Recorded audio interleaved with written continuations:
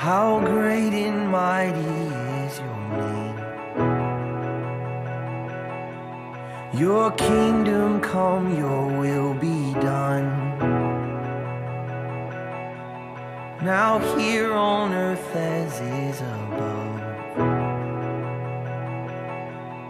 Oh, give to us our daily bread, and keep our hungry spirits fed. May... No sé si usted se da cuenta, pero hay ocasiones somos muy responsables. Hablo como iglesia en general, en venir a la casa del Señor, venir a tiempo. Y hay temporaditas que necesitamos casi que la grúa para que nos traiga. Y qué importante es que estemos en la casa del Señor y vayamos avanzando, vayamos aprendiendo. ¿Qué cree usted que pase cada vez que usted y yo venimos a la casa del Señor? ¿Qué cree que sucede? Hablamos como cristianos, hablamos como individuos. ¿Qué cree que pase cada que venimos? Porque algo pasa, ¿no? ¿O todo queda igual? ¿Qué cree, pastor? Pues gasto en pasajes, o me canso en la subida. Si no es en la ida, en el regreso, porque ya me toca de subida. Siempre que nosotros venimos a la casa del Señor, aparte de la hermandad, de saludarnos, se le llama eso fraternizar o coinonía. También lo que pasa es que, y lo más importante de ello es que algo nos llevamos que el Señor habló a nuestro corazón. Algo, por muy pequeño que pase, algo nos llevamos en el corazón. Y por eso es importante. También es importante traer a nuestra familia, traer a nuestros hijos. Eso lo subestimamos y no lo entendemos. Y alguna ocasión le he dado el ejemplo: si nos dieran cierta cantidad por venir a la casa del Señor y que fuera una buena cantidad y el requisito fuera llegar a tiempo, tendríamos ya mucha lana, hermanos. Tendríamos mucho dinero. ¿Por qué? Porque cumpliríamos al pie de la letra con el requisito, ¿verdad? Y sabiendo que ese dinero comparado con la vida eterna, perdón, no hay punto de comparación. El agradar a aquel que es nuestro Dios y Señor, a diferencia de tener cierto recurso, no hay punto de comparación en lo que es importante y lo que no es importante. Pero el ser humano, a veces voy a decirlo de esta manera, el ser humano es así, decide dejar sin relevancia lo que es relevante y decide dejar relevante lo que no lo es. Y estamos alrevesados, ¿verdad? Y que Dios nos ayude para que entendamos la diferencia y podamos tomar los correctivos necesarios. Seguimos con la serie, estamos ya avanzados, ya no vamos a tardar mucho, pero es importante ver y aclarar varias cosas. Hemos visto la serie que se llama, dijimos. Si yo dijera que inteligentes son, sí lo son, pero si dijera que no se apoyaron ahí, pues bueno, mentiría, ¿verdad? Bueno. A veces digo, un día voy a traer nada de diapositivas para ver si nos acordamos. Bueno, el más puro evangelio, un estudio del apóstol Pablo, de la carta del apóstol Pablo a los romanos. El tema, siendo justos por medio de la fe. ¿Todos somos justos? ¿Sí? ¿Y todos tenemos fe? ¿Cómo la ven? ¿Sí tenemos fe? Bueno, gracias a Dios porque eso pasa. Dios nos hace justos y Dios nos ha dado la fe. La fe es un regalo de Dios, es algo que el Señor nos da. Y el tema es siendo justos por medio de la fe. Y cuando estoy hablando de este tema, quiero llevarle a la razón o la idea o hacia dónde quiero dirigir esto que le voy a comentar. Hablamos de la justicia de Dios basada en la fe en lugar de las obras. Yo puedo hacer muchas obras, pero si no hay fe, ¿se agrada a Dios de eso o no? ¿Cómo la ve? No hay manera, no se agrada de eso. Bueno, hay algo aquí importante. Si yo hablo de ser justo, hay diccionarios que nos pudiesen dar una definición de lo que es ser justo, pero esta ocasión quiero llevarle a lo que es el ser justo como una definición bíblica, ¿sí? Una definición bíblica del ser justo tiene dos ramales o dos significados muy básicos, pero muy importantes. Uno de ellos es que tenemos una relación con Dios. Entonces, al tener una relación con Dios, ¿qué pasa ahí? ¿Somos justos, sí o no? ¿Ahí va conmigo? ¿Sí? No pierde el hilo porque luego regresarme ya no sé en qué parte se quedó. ¿Sí? Entonces, al ser justos es porque tenemos una relación con Dios y se pretende que nos esforzamos en que sea una relación buena. ¿Hasta ahí va conmigo? Pero la otra cosa que nos puede conceptuar en el que somos justos es que estamos haciendo lo correcto. Y una palabra que suena ahí mucho en la Biblia es ser irreprensible. ¿Y qué es eso? ¿Qué es ser irreprensible? Que seamos guardados irreprensibles. En 1 Tesalonicenses 5:23 dice eso, ¿sí? Seamos guardados irreprensibles hasta la venida de nuestro Señor Jesucristo, ¿sí o no? Pero ser irreprensible, fíjese, a ver si caemos en esa horma. Ser irreprensible es vivir de tal manera que nadie tenga algo que reprendernos, amonestarnos o censurarnos y que justifique que nos hagan y nos digan eso, que justamente nos lo digan. Vivir de tal manera que nadie tenga algo que decir de nosotros. ¿Sí somos irreprensibles? ¿O será que no tienen mucho que decir de nosotros porque ni nos ven en la iglesia, verdad? Nos ven poco y pues no sé qué decir, quién sabe del hermano, medio le he visto. Pero ya que nos conocen, ya que saben quiénes somos, ya no somos irreprensibles porque hay mucho que decir de nosotros. Hasta el momento, si usted y yo vamos como que un recordatorio rápido acerca de la epístola de los Romanos, nos vamos a encontrar con algunas cosas. Fíjense, referente a la carta de los Romanos vamos a ver que tiene un extenso contenido teológico. Y es interesante, hermanos, por eso la importancia de ver Romanos. Muchas gracias. Antes que otra cosa, continuar con otra cosa, porque tiene un extenso contenido teológico. Y cuando hablamos de eso, de lo teológico, es el conocimiento divino, el conocimiento de Dios. ¿Por qué? Porque tiene disciplina. Fíjese, la carta a los Romanos nos está hablando en el ínter de lo que nos está indicando o enseñando. Nos habla ahí de disciplinas de estudio, nos habla de debate, nos habla de reflexión sobre el conocimiento de Dios. Eso es teología. Nos habla de la disciplina, nos habla del estudio y nos habla hasta del debate. Cuando hablamos de debate es hablar de apología, eso es debate, es apología. Entonces, la carta a los Romanos nos habla de ese contenido teológico. También en el inciso B, la carta a los Romanos nos está hablando de Pablo cuando juntó ese conocimiento teológico, porque se iba a encontrar o estaba enviando esto a una iglesia que él no aperturó, pero que sin embargo tenía en sus filas a cristianos judíos y cristianos gentiles.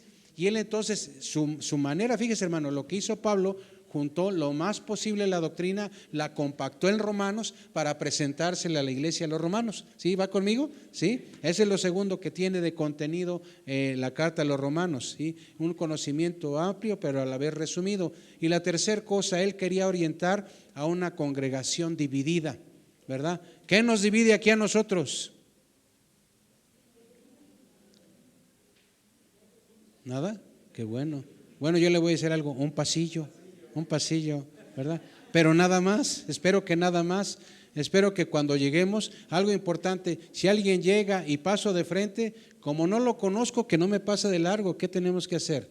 Saludar y saludarlo fraternalmente, afectuosamente, ¿sí? Y eso es importante. Y bueno, ¿qué cree? En el caso del apóstol Pablo quería orientar a una congregación que estaba dividida. ¿Por qué? Porque en la iglesia, entre los convertidos, había judíos y había gentiles.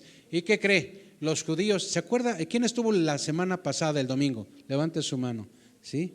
¿Quién no estuvo para que invite a todos a comer porque no vino como castigo? Bueno, fíjese, los judíos se sabían portadores de lo que usted y yo vimos la semana pasada. Se creían portadores, no porque no sucediera, sino porque se sentían orgullosos de eso, pero no entendían de qué se trataba eso. Se sentían orgullosos de ser portadores de la adopción, de la gloria, de los pactos, de la promulgación de la ley, del culto, de las promesas, de los patriarcas y del mismo Mesías. Se sentían bastante orgullosos de eso, hermano. Y eso mismo les era su problema. No porque eso no fuera cierto, sino porque eso lo enarbolaban como su razón de orgullo, pero eso decían, como esto es nuestro, no es de nadie más, y es problema si alguien más quiere subirse a nuestra ola, quiere subirse a esto porque no les corresponde. Y por otro lado, los cristianos gentiles o antes paganos se consideraban a sí mismos como, fíjese hermano, en la iglesia de Roma, la iglesia y en la que estaban, comprendían los gentiles, ellos se consideraban fuertes en la fe. ¿Sabe por qué se consideraban fuertes en la fe? Porque ellos no tenían que estar guardando la ley como los judíos, No tenían que guardar dieta alguna, es decir, comer unas cosas sí, otras cosas no. No tenían que estar observando días de reposo y para ellos era una ventaja. Y veían como que de reojo a aquellos que sí tenían que cumplirlo. Ellos porque son judíos, nosotros porque somos gentiles. Fíjese cómo habían varios puntos ahí que podían originar problema entre ellos y Pablo sabía todo eso. Y por eso en la carta a los romanos intentaba conciliar, pero lo intentaba conciliar no por el tema de, oiga, no se estén peleando, no tengan diferencias. Tenía que conciliarlos en base a temas doctrinales, a temas teológicos. ¿Hasta ahí va conmigo? ¿Sí? Sí, me voy explicando, si no me regreso, pido disculpas y voy a desayunar, ¿verdad? Bueno, vaya conmigo a Romanos 1:16 tantito, ¿se entiende? No estamos ahí, porque hoy nos toca ¿qué capítulo? El 10, el 10. Romanos 1:16. ¿Lo leemos juntos? ¿Listos? Dice, ¿por qué? Porque no me avergüenzo del evangelio, porque es poder de Dios para salvación a todo aquel que cree, al judío primeramente y también al griego. Escúcheme esto, hermano. La razón de por qué Pablo escribió esto era por lo que le acabo de decir. Porque no me avergüenzo del evangelio, porque es poder de Dios. Fíjense, está hablando de su posición, de lo que él está haciendo. No tiene empacho, no tiene problema en hacerlo. ¿Por qué? Porque es poder de Dios. Dice, para salvación. Y luego dice, a todo aquel que cree. Y luego por tema de lo que le acabo yo de comentar ahorita, por temas que tienen que ver por el asunto de que los judíos eran portadores de todo lo anterior, al judío primeramente. ¿Y qué dice adelante? Y también al griego, ¿sí? Fíjese, tiene la sabiduría, diría yo, de no agarrar y todos son lo mismo, porque eso iba a costar todavía más trabajo que la gente lo entendiera. Todavía tenía que manejar judíos y gentiles. Y era un paso a paso, hermano, poco a poco, para hacer ver que si el Señor vino con su evangelio para todos, entonces, bueno, llega un momento en que dice, ya no hay judío ni gentil. ¿Lo ha leído usted eso? No hay judío ni gentil, pero ¿cómo costaba eso trabajo? Entonces, fíjese, eso es en el capítulo Romanos 1:16, ese es el contexto sobre Romanos. Y si usted se va, nosotros cuando vemos en los capítulos de 9, ahorita estamos en el 10, pero vimos el capítulo 9, estamos en el 10, vamos a ver en el 11, ¿sí? Usted va a ver y va a encontrar que Pablo está haciendo observaciones sobre una compleja batalla de enseñanza. Una compleja batalla en las tradiciones, en las ideologías entre los mismos judíos y gentiles, y esto estaba confrontado, estaba enfrentado frente a la luz de la obra redentora de Cristo. Entonces, ya estamos salvos, ya somos salvos, y es la iglesia. Hagan de cuenta que ahorita estamos judíos y gentiles. Si fuera la manera de esos tiempos, hermano, literal, así como va, no es de que hubiera un pasillo, habría judíos y habría gentiles. No les digo aquí quién serían los judíos y quiénes los gentiles, ¿verdad? Pero el tema es que buscarían su espacio, no se juntaban con ellos. Imagínense, hermano, una tradición, una costumbre enseñada por la palabra durante muchas y muchas generaciones, y en las cuales se decía, oye, aquellos son gentiles, aquellos están mal, aquellos son unos perros, aquellos son lo más despectivo que te puedas imaginar. Apenas estaba viendo un documental de unos judíos jóvenes y se les hablaba sobre los gentiles. Y ellos decían, usted pudiera pensar esto nada más pasa con los musulmanes, no, con los judíos que se quedaron solamente con la Torá, con la Misná. Ellos se quedaron con la idea, cualquiera de nosotros que llega ahí al templo, a muchos de ellos les genera efervescencia, es un celo en el cual si pudieran nos mataban, hermanos. Así, o sea, usted pensara, yo pensara que todo tiene que ver con los musulmanes, no, pero ellos se han limitado por ciertas cosas, pero si tuvieran oportunidad seríamos, y decía un comentarista por ahí en ese documental, decía, y nosotros pidiendo por Israel, y nosotros pidiendo y ellos pensando eso de nosotros, ¿no? Y como que era muy enfático esa persona. Y entonces, ¿qué? Si no me quisieran por ser gentil o que nos consideran gentiles, ¿verdad? ¿Quién trae aquí una kipá, por cierto? ¿No? ¿Qué es la kipá? Lo que se pone aquí arriba, ¿verdad? ¿Que alguien trae una kipá? ¿No? ¿No? Entonces no somos judíos. Entonces, ¿qué somos? Pues gentiles, ¿verdad? Entonces, perdón, para el Señor yo ya no soy ni judío ni soy gentil, ¿verdad? Entonces, esas cosas, con eso batallaba Pablo y tenía que llegar, hermano, y la carta estuvo hecha para lo siguiente. Pablo no iba a llegar con la carta y la iba a presentar en el momento de que él estuviese ahí. Pablo tenía que enviar la carta y que la carta ¿qué? Llegase antes, ¿sí o no? Llegase antes de que él presencialmente estuviera, para que entonces él preparase camino, ¿sí? Para que esa palabra fuese entendida. ¿Iba conmigo? ¿Sí? Ahora vamos a un punto 1, al punto 1 referente a esto de siendo justos por medio de la fe. Ese punto 1 está ahí, si lo ve usted, lo puede repetir conmigo, ¿cómo dice? La naturaleza de la salvación, ¿sí?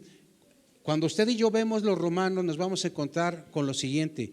Pablo, de muchas formas, de muchas maneras, en este caso de manera escrita, él está intentando de varias maneras haciendo ver y haciendo esfuerzos evangelizadores para que su nación, fíjese, su nación judía fuese salva. Pero tristemente él se vio confrontado por un Israel celoso. ¿Quién de aquí es celoso? Híjole, puro santo, Señor, perdóname, yo soy el único pecador aquí, ¿eh? Estos judíos eran celosos de Dios, hermanos. Entonces sí soy celoso de Dios porque me esfuerzo, porque vengo al culto. Llegué ¿a qué horas era? Bueno, hay 2 cultos, a las 9 y a las 11. Llegué al culto que me tocaba, ¿no? Por eso soy celoso. Y muchas veces ese celo con el cual estaba enfrascado Pablo en dar a entender era un celo legalista, un celo equivocado, ¿sí? Un celo conformado a la ley, y eso era un problema con el cual Pablo estaba trabajando y tenía que aclarar las cosas, y era opuesto ferozmente a esos opositores del judaísmo. Todo opositor del judaísmo de entrada era aquel que existía por ser gentil. Fíjese, hermano, todo opositor del judaísmo era opositor por el hecho de ser gentil, ya de ahí entraba la oposición. Más lo que creyera aquel gentil que no compaginaba con los demás. Era un celo sin reconocimiento, era un celo sin conocimiento entonces, ¿sí? Ahora, ¿qué es un celo sin conocimiento, hermano? Ahí va a aparecer para usted, para que usted lo vea. ¿Qué es el celo sin conocimiento que tenían los judíos? De acuerdo a lo que yo les dije, que se sentían propietarios, ¿sí? Poseedores de los patriarcas y de tantas cosas. Ellos decían, es que nosotros somos judíos, nosotros podemos. Ese era un celo sin conocimiento. La otra era un celo en el cual, hablando de la salvación, decían, hay salvación, ¿y qué dice adelante? Y es nuestra. ¿Por qué va a ser de los demás? Jesús es judío, ¿sí o no? ¿A quién evangelizó? ¿Qué procuraba hacer Jesús? Algunas ocasiones, porque llegó el momento que comenzó a abrir abanico y a los samaritanos, a los gentiles. Pero ¿qué hizo Jesús? Bueno, buscaba dar la vuelta, ¿sí? Hay salvación y es nuestra solamente. Otra, hay salvación y se requiere de nuestra ayuda para tenerla. Y esto, hermano, era arraigado en el pensamiento judío. Cuando Pablo presentó esta palabra, fíjese, si usted va conmigo a Hechos 24, 25, usted va a ver ahí a Félix, un gobernador y un juez en ese tiempo en Jerusalén. Y Pablo presentó esa palabra a Félix, el gobernador y juez en ese tiempo. Pero usted se va a dar cuenta de algo ahí, hermano. En el caso de Félix, cuando se le presentó esta palabra, literalmente él se espantó.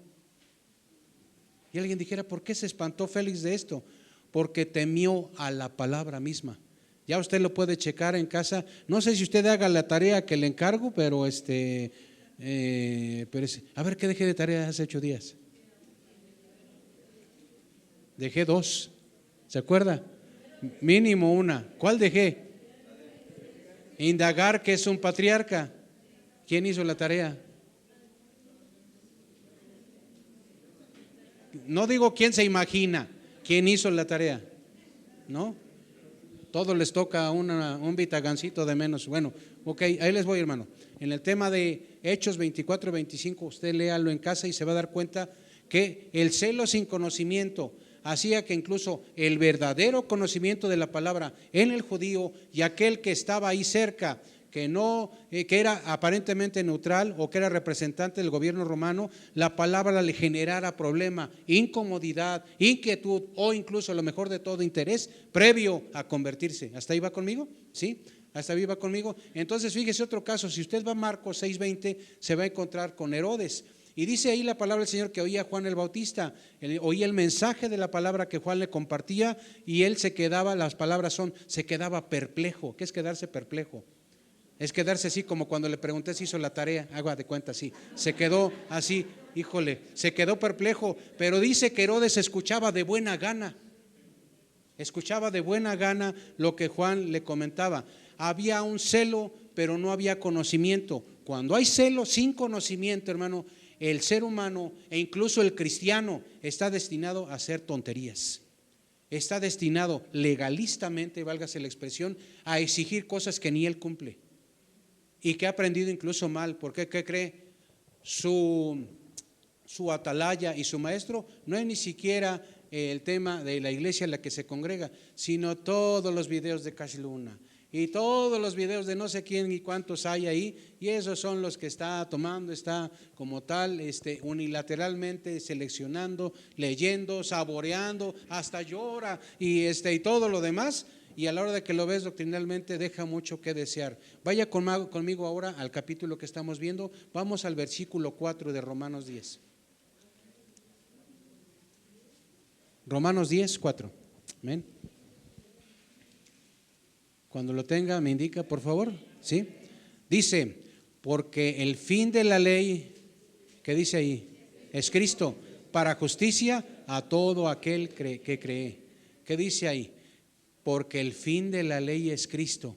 No que Cristo no vino a abrogar la ley, sino vino a cumplirla. Dice, la palabra fin para usted y a mí, sí, para usted y para mí significa terminar, ¿sí o no? ¿Sí? Significa terminar, pero en el griego telos significa cumplir. Entonces cuando dice ahí, porque el fin de la ley es Cristo, dice, porque el cumplimiento de la ley es Cristo. Ya se entiende diferente, ¿estamos ahí? ¿Sí? Se entiende diferente. Creer en Cristo como Señor y Salvador, ¿sí? Pone fin, fíjese hermano, a una búsqueda que algunos teólogos consideran y conceptúan como fútil. ¿Qué es fútil? Que es algo que no tiene importancia, que es algo que no tiene utilidad, es algo que no tiene valor significativo. Es una búsqueda fútil de justicia. Cuando yo creo, o alguien creyera, ¿sí?, que Cristo es Señor y Salvador y que deja la ley completamente de lado, no, vino a cumplirla. Entonces eso de el fin es cumplimiento. ¿Hasta ahí va conmigo? Fíjese. Ahora, si hablamos de pecadores, ¿quién es aquí alguien que ya no peque? Usted, pastor, está obligado a no pecar, ¿sí o no? Pues no me lo dicen, pero luego lo piensan, ¿verdad? Usted está obligado a no pecar, pero yo sí tengo chance porque yo soy la oveja, ¿sí o no? Bueno, usted y yo pecamos y el Señor nos levanta, nos perdona, hombres y mujeres, y eso es un buen amén. Dar gracias a Dios por esto. Siempre nosotros intentamos imperfectamente salvarnos a nosotros mismos. Y hemos hecho, y en eso van luego las obras, ¿verdad? Nosotros sabemos que no es por obras, pero dan evidencia de cuando se está en Cristo esas obras, ¿verdad? Pero muy en lo profundo de nuestro corazón a veces esas obras pensamos que nos justifican de alguna manera. Eso yo se lo dije hace 8 días. Fíjese, el ser humano busca la justicia por medio de la ley. En este caso el israelita, en esos tiempos y todavía a la fecha, muchos buscan ser justos por medio de lo que hacen. Es ahora lo que se le llama, fíjese, el ser salvos por medio de lo que la gente hace y lo que se le llama, todavía se le llama, la ley está conceptuado, le llaman los que saben como una imposibilidad absoluta. ¿Qué es una imposibilidad absoluta? Es algo que es absolutamente imposible. Dicho en términos llanos, yo no puedo ser salvo por el tema de que cumpla toda la ley, no se puede. Entonces, en resumen, hermanos, de lo que le acabo de comentar, la naturaleza de la salvación, alguien dijo, ¿la salvación de qué? Del pecado, de la condenación, del infierno, de ser reprobados por Dios. Dios nos salva de todo eso por medio de la fe, que es en quién, dijimos, y sabemos, en Cristo Jesús, ¿sí? ¿Qué dice? Señor nuestro. Fíjese, dice, la salvación es por medio de la fe, que nos la da Cristo Jesús, sí, pero la salvación es por medio de la fe, que es en Cristo Jesús. Nos habla de quién y luego nos habla de la postura de nosotros hacia Él y de Él hacia nosotros, que es Señor nuestro. Entonces es quien manda sobre nosotros. Hasta ahí va conmigo. Y vamos al papel de la fe. ¿Sí va conmigo en esto, hermanos? El papel de la fe. Y yo quiero pedirle, por favor, no lo busque porque lo tiene ahí en pantalla y vamos a ver algo aquí importante. Romanos 10, 6 y 7 dice así: pero la justicia que es por la fe dice así: No digas en tu corazón, ¿quién subirá al cielo? Esto es, para traer abajo a Cristo. ¿O quién descenderá al abismo? Esto es, para hacer subir a Cristo de entre los muertos. Esto está en Romanos, esto le escribió Pablo. Pero si tú y yo nos vamos a Deuteronomio 30, 12 y 13, dice, no está en el cielo para que digas, ¿quién subirá por nosotros al cielo y nos lo traerá y nos lo hará oír para que lo cumplamos? Ni está al otro lado del mar para que digas, ¿quién pasará por nosotros el mar para que nos lo traiga y nos lo haga oír a fin de que lo cumplamos? Aquí Pablo se sustenta parcialmente en lo que está en Deuteronomio. Si usted se fija, aquí habla de estar en el cielo o en el abismo y traer a Cristo. En Deuteronomio, nos habla de estar en el cielo y nos habla de estar en el mar, ¿verdad? Que está conceptuado como algunos como una especie de abismo. ¿Hasta ahí va conmigo? El punto aquí a entender para usted y para mí, ¿esto qué quiere decir? Lo que quiere decir aquí es que la justicia de la fe, fíjese hermano, la justicia de la fe no quiere o no requiere una odisea imposible. ¿Qué es una odisea imposible? Algo que solamente en los cuentos lo vas a ver, ¿sí? Y es imposible a través del universo para encontrar a Cristo. La manera de encontrar a Cristo no es de una manera imposible, no es un cuento, es algo fidedigno, es algo real y el Señor nos lo presenta de manera clarita, de manera preciosa. Y vamos a ver lo que dice un tal Ireneo de León. Este hombre llamado, fíjese, me llamó la atención, Ireneo de León, fue un doctor de la iglesia, fue un apologista. ¿Quién sabe lo que es ser apologista?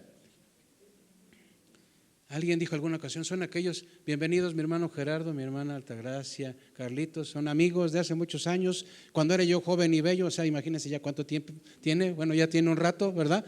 Entonces, el hermano Gerardo es un apologista, ¿verdad? Y él y yo nos hemos dado unos encontronazos doctrinales bonitos, ¿sí o no? ¿Verdad? Hasta luego decimos él y yo, somos unos masoquistas, nos encanta ahí estar platicando algunas cosas. ¿Qué cree? Bienvenidos hermanos. Ireneo de León fue un apologista, doctor de la iglesia y fue una persona que estaba en contra del gnosticismo. Es decir, el gnosticismo, el concepto de cómo era antes era un poquito diferente a lo que es hoy. Pero el tema es que él era un opositor y lo que me llamó la atención, él fue el tercer alumno de generación de Juan el Bautista, Ireneo de León. Y está conceptuado como uno, se menciona poquito de él, ¿sí o no? Bueno, más bien no se menciona mucho, pero hay que leer por ahí, ¿sí? Él dijo lo siguiente, el ser humano se destruyó por su propia desobediencia, entonces no es posible que alcance la victoria, ni aun y cuando pudiera subir al cielo para pedirle a Cristo que baje, o que pudiera descender al mundo de los muertos para decirle a Cristo que resucite. Por eso, esto haciendo los comentarios referente a lo que acabamos de leer hace un rato, por eso en Romanos 14:9 dice, esto lo dijo Ireneo, porque Cristo para esto murió, para esto resucitó y volvió a vivir, dice, para ser Señor así de los muertos como de los que viven. Esto yo lo veo, hermano, esto lo vio Ireneo, lo entendió Ireneo y lo entendieron muchos. Y esto quiere decir, en pocas palabras, para eso Cristo murió, para que ya andes pensando en odiseas, no andes pensando que tenga que ver con algo que tú tengas que hacer y que te cueste ir a tal o cual lugar y te cueste tanto que sea imposible lograrlo. Por eso Cristo murió, pero el hermoso dice, y resucitó. ¿Sí? Y ahorita vamos a ver algo importante que tiene que ver con ese y resucitó. Hay unas palabritas que aparecen en pantalla, ¿qué dicen ahí? Cerca de ti está la palabra. Hermano, estaba yo meditando en estas cosas cuando su servidor, en lo personal, estoy estudiando la palabra para compartirlo con ustedes. Yo le pido al Señor, Señor, ¿qué tienes para nosotros? Aunque se entiende que estamos sistemáticamente ahorita viendo Romanos, ¿qué tienes para nosotros?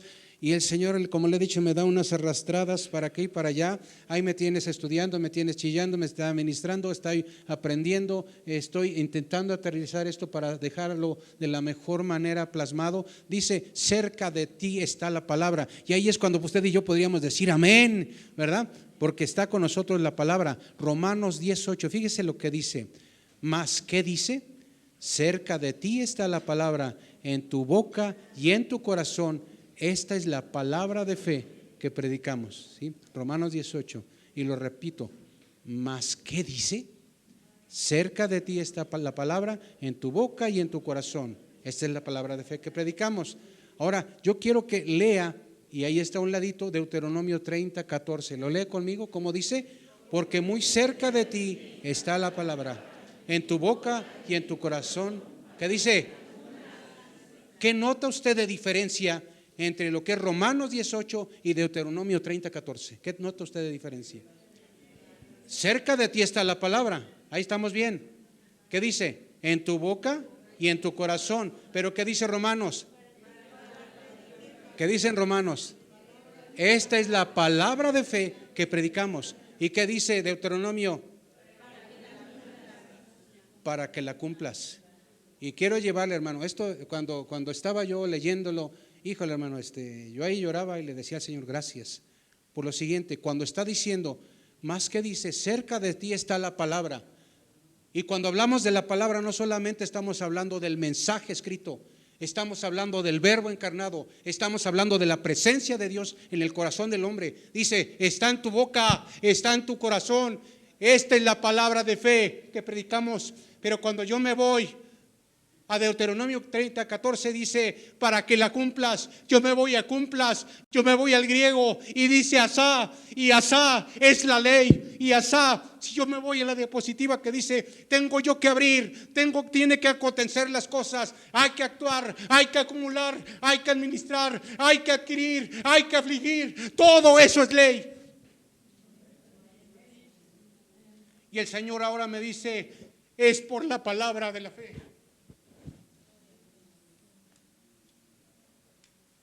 Es tremenda la diferencia.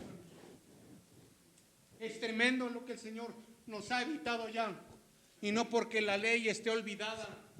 Es aquello que nos indica de lo cual el Señor nos libra, de lo cual gracias, de lo cual el Señor nos ha permitido ya entender aquellas cosas que el Señor le son aberración, le son problema. Y por medio de la fe, y esto no de nosotros, la misma fe es un regalo de Dios. Y dice, cerca está de ti la palabra.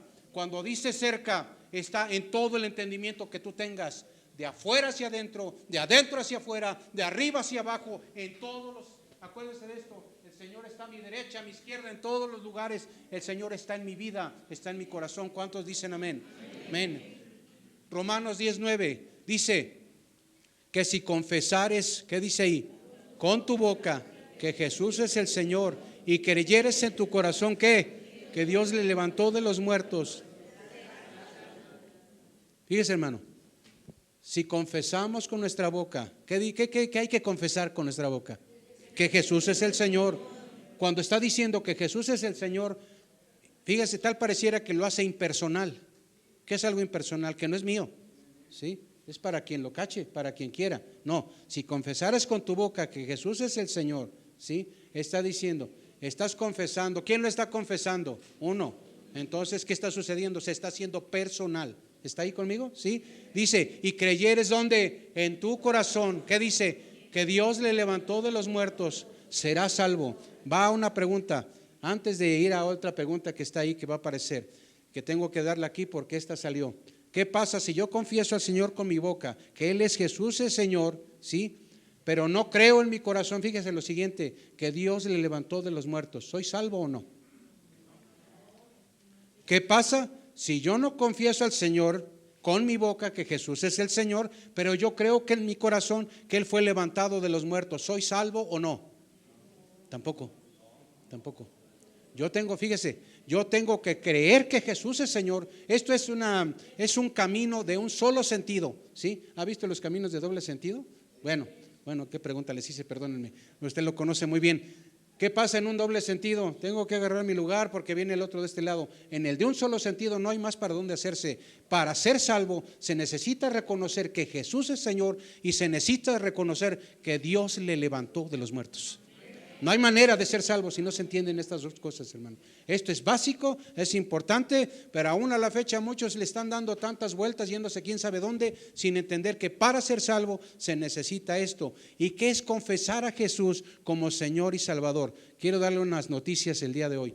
Confesar a Jesús como Señor y Salvador no es únicamente reconocer que Jesús es Dios. Y alguien va a decir, y casi se va a santiguar, ¿qué está diciendo, pastor? Confesar a Jesús como Señor no es solamente reconocer que Jesús es Dios, No es únicamente reconocer que Jesús es el Señor del universo. No es eso confesar a Jesús como Señor. Santiago 2:19 dice: ¿tú crees que Dios es uno? Bien haces. ¿Qué dice? También los demonios creen. ¿Y qué? Y tiemblan, ¿verdad? Cuando dice tú crees que Dios es uno, bien haces. Esto por eso los unitarios por ahí agarran estos, ¿verdad? Ahí de pasadita. Bueno, también los demonios creen y tiemblan.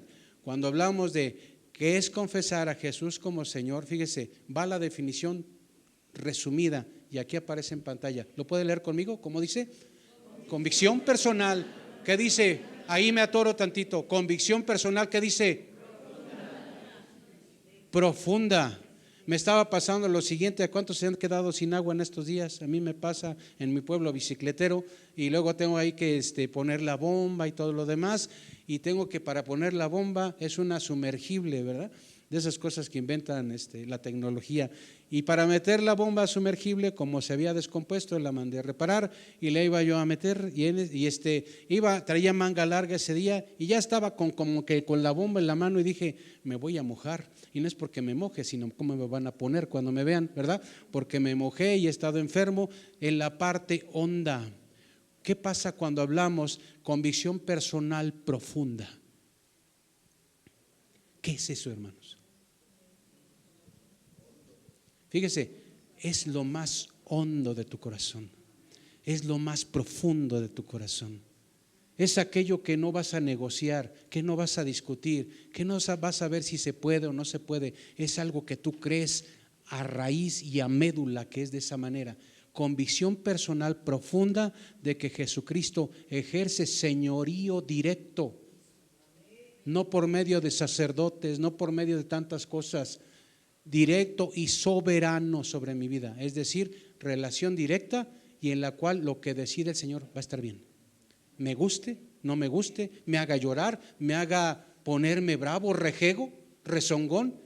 Pero eso, hermano, que usted está oyendo es la convicción personal profunda de que Jesús es mi Señor, es mi soberano, es mi Salvador, es sobre mi vida. Eso es confesar a Jesús como Señor. Pecaríamos, fíjense, ahí les voy a algo importante. Previo a esto debe de haber, previo a esa convicción profunda, ya debe de haber pasado algo antes. Son tres cosas. Debe de haber arrepentimiento de pecado. Debe de haber confianza en Jesús para obtener la salvación.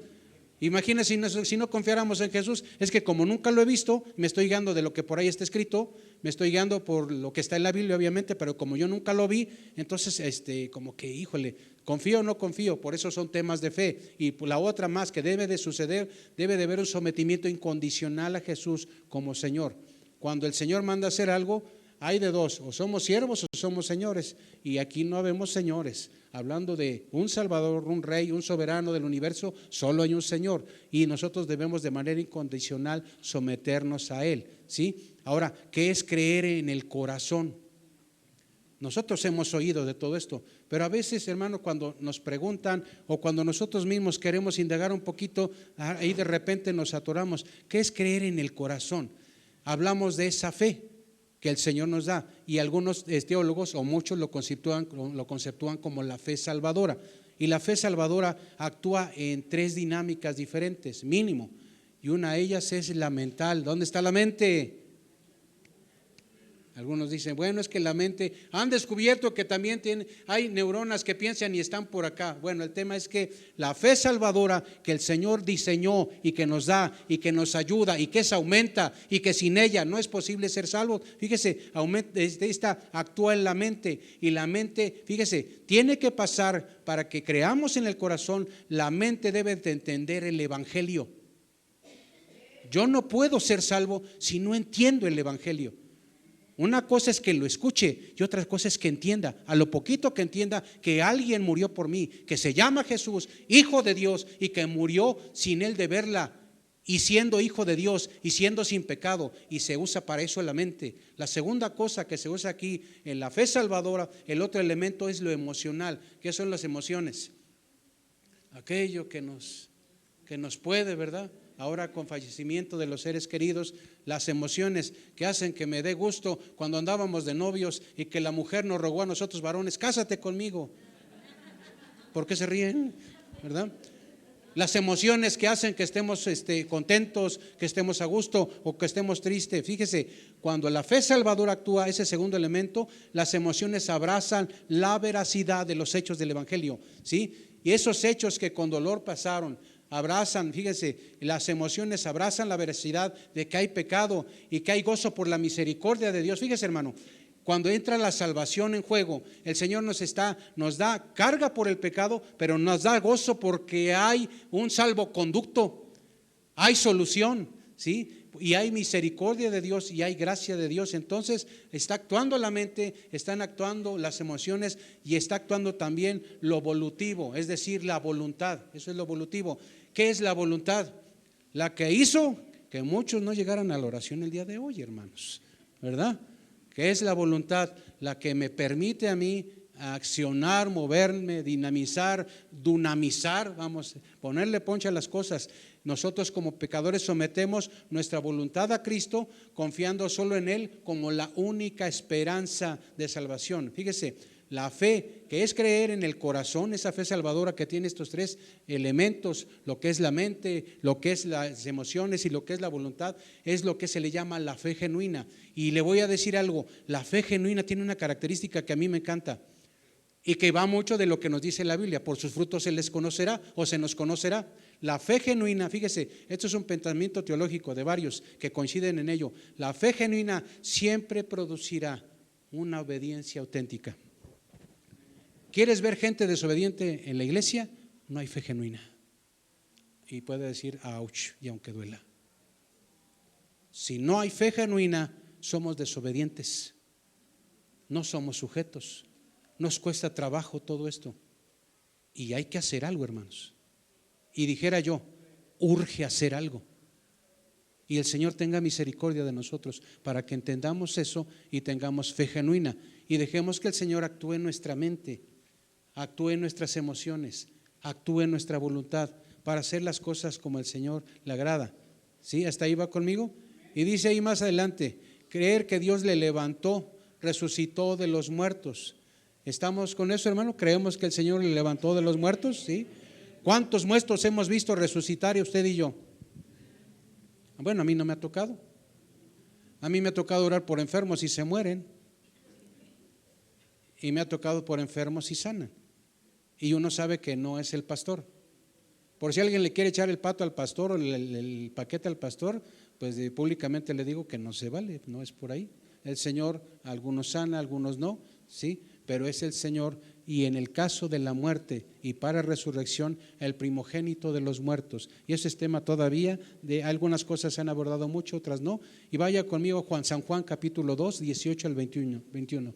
Por favor, no aparece eso en pantalla, búsquelo si es tan amable. San Juan 2 del 18 al 21. Nos come el tiempo, hermanos.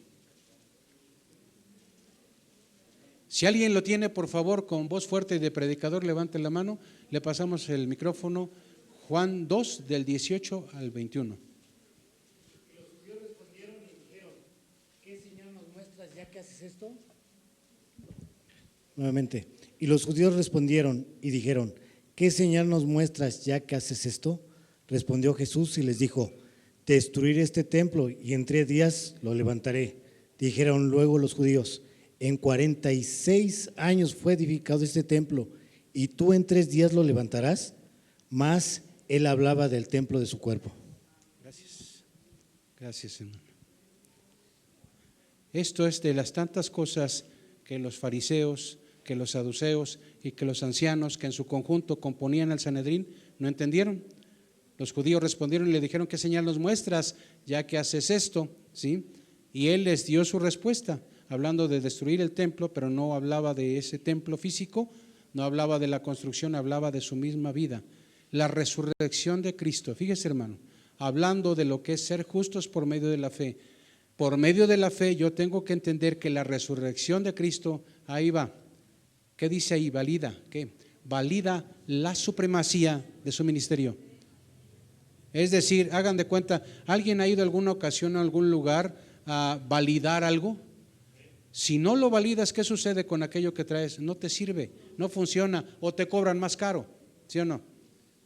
La resurrección de Cristo valida la supremacía de su ministerio. Sin resurrección no hay supremacía, no hay validez, no hay salvación. La resurrección de Cristo se requiere creer en ella para salvación. Lo que le comentaba, no se puede ser salvo si no creemos en Cristo también resucitado. Jesús demostró ser aquello que dijo ser. No fueron habladurías, como muchos luego andan diciendo, predicando en iglesias y haciendo y declarando y tanta cosa que no tiene que ver. Lo que dijo, eso se cumplió hasta el tema de su muerte. Y ellos, los judíos, sin saberlo, cuando el Señor les dijo, ¿saben qué? Destruyan el templo. ¿Lo destruyeron, sí o no? Va de nuevo. ¿Lo destruyeron, sí o no? Lo destruyeron sin saberlo. ¿Qué tenía que ver con esto? No lo entendieron, hermano. Los discípulos sí lo entendieron.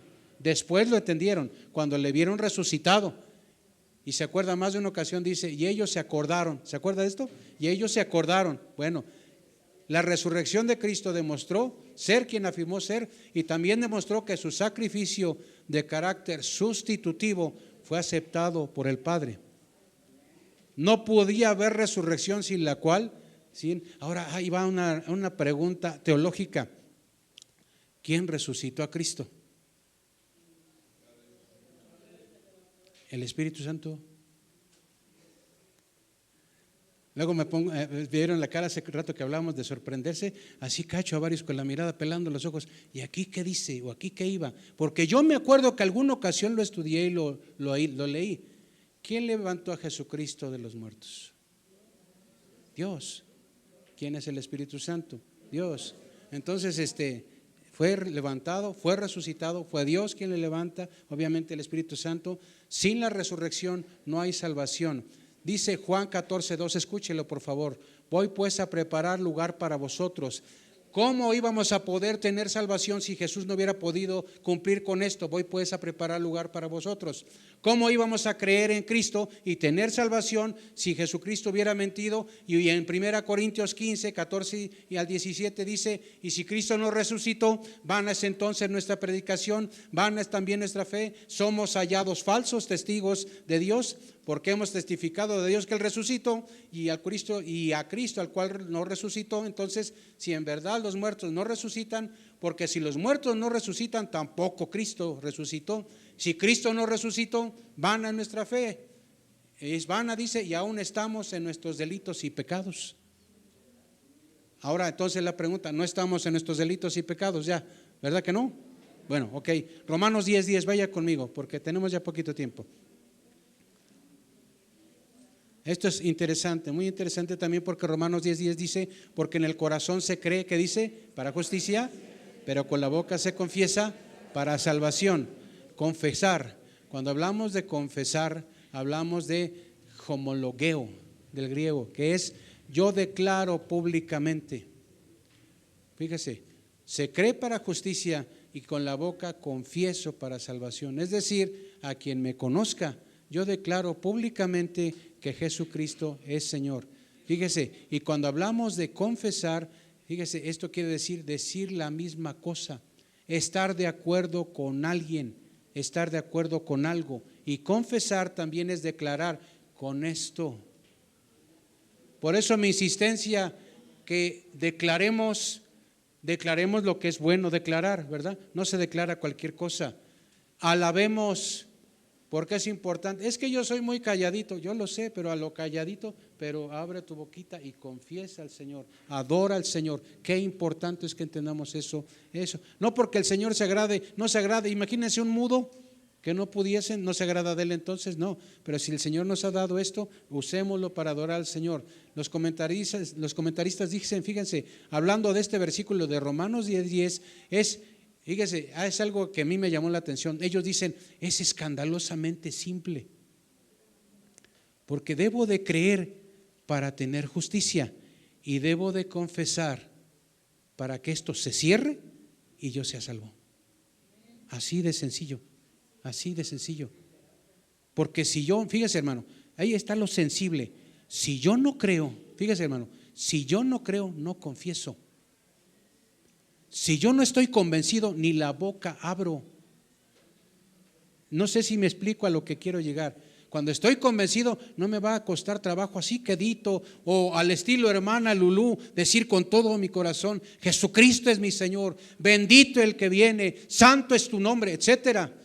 Eso no nos cuesta trabajo cuando estamos convencidos, cuando estamos en el Señor y estamos creciendo en Él. Voy a la tercera cosa, al tercer punto. Hay un acceso universal del Evangelio. Cuando hablamos de algo universal, ¿qué es? ¿Qué entendemos? Para todas las personas. Romanos 10:13, rapidito, ahí usted lo tiene a la vista. 10:13, porque todo aquel que invocare el nombre del Señor será salvo. Cuando usted y yo lo comparásemos con Joel 2:32, vamos a escuchar: todo aquel que invocare el nombre de Jehová será salvo, porque en el monte de Sión y en Jerusalén habrá salvación, como ha dicho Jehová. Aquí está diciendo que la salvación para usted y para mí está de manera clara y está disponible, pero está para todas las naciones. Aquel que en este lado o del otro lado del mundo está ahorita a oscuras, salvo para los terraplanistas, ¿verdad? Para todos los que están en todo lugar del globo, en este universo que conocemos, en este mundo, para todos puede haber salvación. Cuando dice invocar el nombre del Señor, las traducciones y los comentarios acerca de esto, invocar es clamar en una dirección, y esa dirección es a Jesús, y clamar a Él como Señor. Eso es invocar el nombre del Señor. Romanos 10:14-15, y van lo que le llaman algunos preguntas retóricas. Algo retórico es algo que me pregunto y lo pregunto no esperando que alguien la cache y la conteste, pero son preguntas que nos hacen meditar. Hasta ahí vamos. Dice: ¿cómo pues invocarán a aquel en el cual no han creído? ¿Y cómo creerán en aquel de quien no han oído? Y me acordé inevitablemente de enciende una luz, ¿sí o no? ¿Verdad? ¿Y cómo oirán sin haber quien les predique? ¿Y cómo predicarán si no fueran enviados? Como está escrito: cuán hermosos son los pies de los que anuncian la paz, de los que anuncian buenas nuevas. Quiero llamar su atención ahí. Cuando habla de los pies, aquí en Romanos 10, habla de tres cosas muy importantes.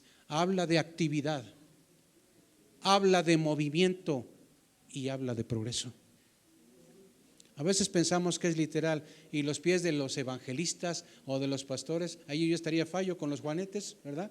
No es por el tema de que estén bonitos, son hermosos, tiene que ver con cosas espirituales, tiene que ver con cosas de autoridad, tiene que ver con cosas de llegar y avanzar, de crecer en el Señor. Romanos 10, ese mismo Romanos 10, 14-15, escúchelo usted, léalo en Reina Valera 60 y se lo voy a leer en otra versión. Pero ¿cómo van a reconocerlo si no confían en Él? ¿Y cómo van a confiar en Él si nada saben de Él? ¿Y cómo van a saberlo si nadie les habla acerca del Señor Jesucristo? ¿Y cómo hablarán de Jesucristo si Dios no los envía? Como dice la Biblia, qué hermoso es ver llegar a los que traen buenas noticias. La gran mayoría de las versiones hablan que lo hermoso es aquellos que los ve uno llegar y que están acercándose y llevando buenas nuevas. Me llevó a mí inevitablemente al tema de cuando alguien llegó contigo y te compartió el Evangelio por primera vez. ¿Tú te acuerdas quién te compartió del Evangelio? Algunos asisten a esta iglesia contigo, algunos ya no, están en otro lugar, algunos ya murieron. Sus pies son hermosos, hermanos, porque fueron diligentes. El Señor les permitió ser activos, tener movimiento, progresar, y el progreso y el resultado es tu alma presentada a los pies del Señor. ¿Sí? Bendito es el Señor por eso. Romanos 10:17. Así que la fe es por el oír y el oír por la palabra de Dios.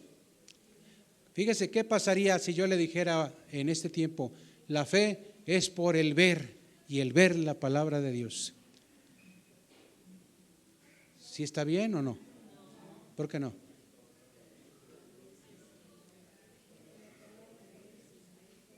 Bueno, es que estos son de los versículos que luego decimos: no, pastor, yo creo que usted está mal. Si lo inquieto y se pone a indagar usted por su lado, ya hice algo bueno el día de hoy. Así que la fe es por el oír y el oír por la palabra de Dios. ¿Cómo se transmitía la fe en ese tiempo? ¿Por qué? ¿Había YouTube? ¿Había Facebook? ¿Qué había? ¿Instagram? ¿Qué había? ¿Cómo se transmitía el conocimiento? Oral. ¿Qué hubiera pasado si hubiera televisión en ese tiempo? ¿Qué estaría aquí escrito? ¿Cómo estaría escrito? La fe viene por el oír, la fe viene por el ver ahí viene una imagen, ahí aparece, ¿sí aparece? ¿Qué tenemos ahí? Los sentidos, ¿verdad? Algunos ya le han puesto más sentidos, ahora dicen que son 7, pero vamos a quedarnos ahorita con 5, ¿sí? ¿Sí? ¿Qué tenemos de sentidos? El gusto, la vista, el olfato, el tacto, ¿qué más? Bueno, son 5 ahí. Fíjese, cuando está aquí diciendo Pablo, la fe es por el oír y el oír por la palabra de Dios, está diciendo lo que tenemos a nuestro alcance, ahí va a llegar la palabra de Dios. Si hubiese, fíjese hermano, tenemos Biblias físicas ahora, tenemos celulares con la Biblia, tenemos películas evangelísticas, tenemos series de televisión, tenemos audiobiblia, tenemos imágenes, tenemos videos. Cuando dice aquí, la fe es por el oír, está queriendo decir en los sentidos que Dios use, de la manera que Dios use, pero la palabra está ahí. ¿Ya lo entendimos ahora sí? Bueno, entonces la fe viene.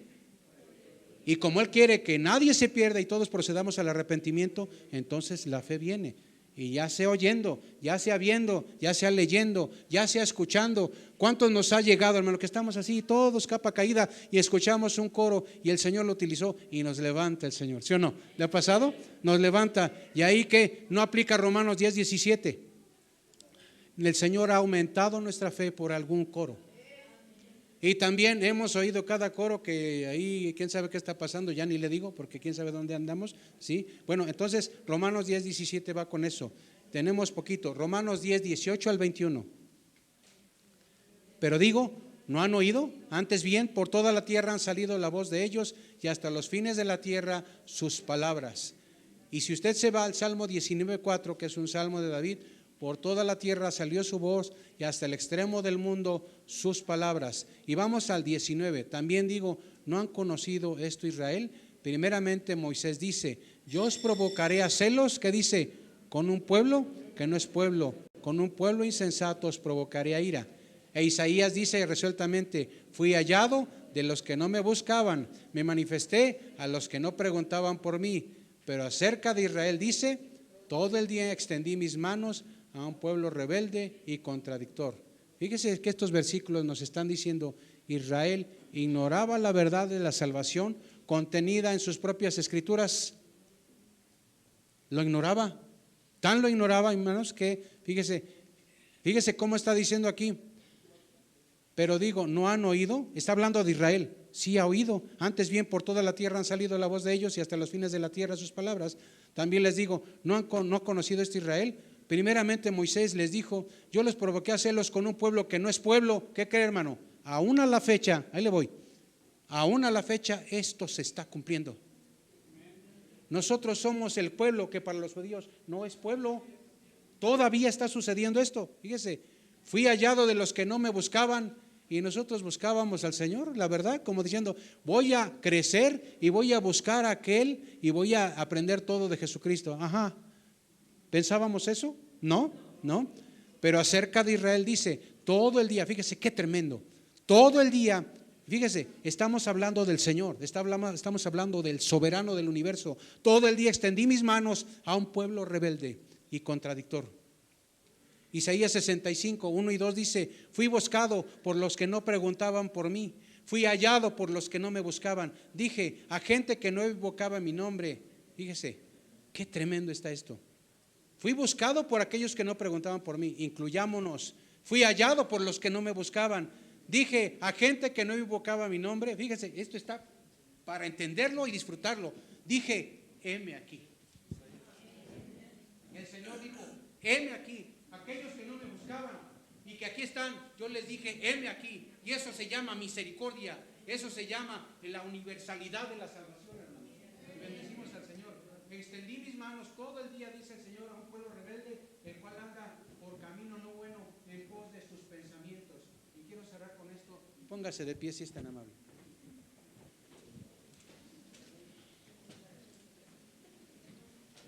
Si usted y yo vamos a entender, estar estudiando la palabra, no conformarse con lo que uno le diga o le comente o alguno de nuestros hermanos que pase aquí, predique, le diga, no nos conformemos solamente con esto, no estemos a gusto solamente con esto y dediquemos tiempo. Usted y yo vamos a encontrar en Romanos, si intentáramos resumir, además de que sabemos que somos justos por medio de la fe, vamos a ver que la elección soberana de Dios se ha expresado, gracias, se ha expresado con su salvación a todos aquellos que somos pecadores. Al judío primeramente, no es problema, y también al griego, al gentil, al mexicano, para que lo embonemos ahora hacia nosotros. Su presciencia, dijimos hace 8 días, ¿qué es la presciencia? Es el conocimiento de Dios anticipado de todas las cosas. Él nos eligió por esa elección, ese conocimiento. Él nos eligió y Él nos ha salvado, ¿sí? Nos ha escogido, nos ha salvado, nos ha sostenido y nos va a dar recompensa y todo lo demás. En Romanos yo entiendo acerca de esa soberana elección de Dios por su conocimiento previo de todas las cosas. Y la segunda cosa, yo sé que yo soy libre de responder en fe. Fíjese, hermano, esto cuando yo lo estaba leyendo me podía en mi corazón, porque es algo que muchas personas coinciden, el ruego constante de Dios. Dios rogando, hermanos.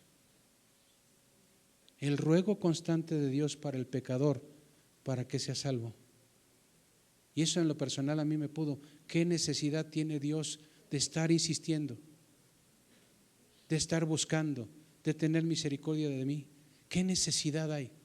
Que alguien dijera, eso teológicamente es incorrecto, rogar, pero hermano, por todo lo que usted y yo vemos, Dios siendo quien es, y yo sabiendo que Él no necesita nada de mí, y yo necesito todo de Él, pero Él en su misericordia, Él se acerca a mí con lazos de amor, con su salvación, porque Él quiere verme en el cielo, hermano.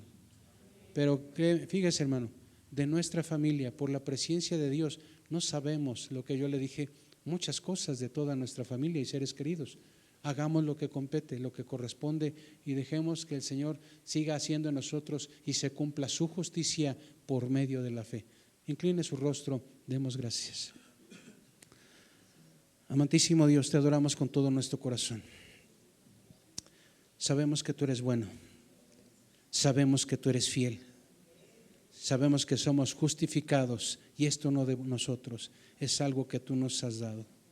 Somos perdonados. Vamos contigo, Señor, muchas gracias. Es algo inmerecido, es algo que no estaba contemplado en nuestros planes.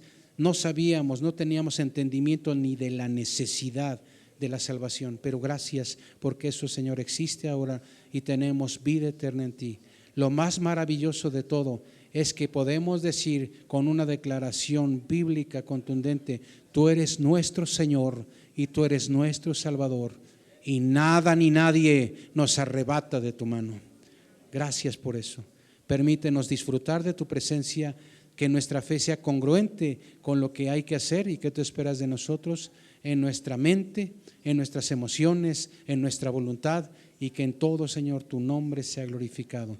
Te damos gracias por todas las cosas. Señor, algunos de mis hermanos del primer culto van a casa, los del segundo, Señor, continuamos con lo que hay que hacer, Señor, en adoración a ti. Permiten que mis hermanos que vayan en bendición a sus hogares, que te adoren también por medio del bendecir y estar en paz con la familia, y que tu grande amor, la gracia salvadora de nuestro Señor Jesucristo y la participación de tu Santo Espíritu sean con todo aposento alto, y el pueblo de Dios dice amén. Démosle una ofrenda de palmas al Señor, hermanos. Amén.